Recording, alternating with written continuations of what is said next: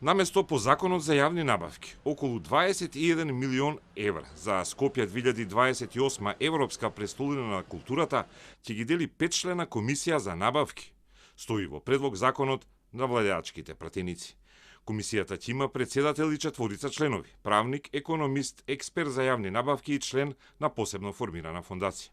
Во предлог законот нема прецизирано како ќе се спроведуваат набавките, туку ќе има посебни правилници донесени од фондацијата формирана од град Скопје. Постојниот правен и институционален систем не обезбедува целосно соодветна рамка за спроведување на реализација на проекти од ваков карактер, особено во однос на долгорочно програмско финансирање, можноста за преземање повеќе годишни обврски, привлекување меѓународни извори на финансирање, како и побрза реализација на активности поврзани со адаптација, користење и ставање во функција на простори за културни намени.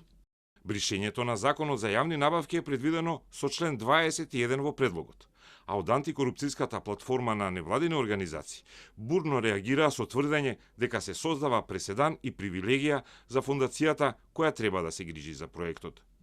Значењето и обемот на проектот, како и значителните јавни средства што ќе бидат употребени за неговото спроведување, бараат повисоко, а не пониско ниво на транспарентност, отчетност и заштита од корупција. Иземањето на еден субјект од законот за јавните набавки со посебен закон воспоставува опасност со високи ризици од корупција која може да се повтори за секој иден проект прогласен за приоритетен. Антикорупцијската комисија укажува дека треба да се обезбеди законитост во постапките, па испраќа и совети до пратениците кои го предлагаат и ќе го гласаат законот. Доколку законодавецот оцени дека е неопходно донесување на посебно законско решение за реализација на проектот, ДКСК укажува дека истото треба да ги содржи механизмите утврдени со законот за јавни набавки кои гарантираат интегритет, законитост, транспарентност, економичност и јавна отчетност. Спорен е и начинот на избор на телата на фондацијата, која иако со посебен закон не е дефинирана, веќе е формирана од град Скопје, преку законите за локална самоуправа и за формирање фондации и невладини организации. Градоначалникот ги бира одборот и надзорниот одбор, а одборот го бира директорот, иако тоа може да го стори и градоначалникот. Не се предвидени критериуми за членови на овие тела.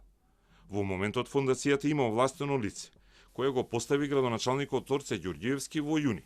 На таа позиција е Маријан Цветковски, кој што беше преселен од директорската позиција во МРТВ по истечениот мандат во фондацијата која официјално се вика ЕПК Скопје 2028. Назначувањето беше критикувано од опозицијата поради начинот на кој Цветковски го управуваше јавниот сервис и финансиите на МРТВ.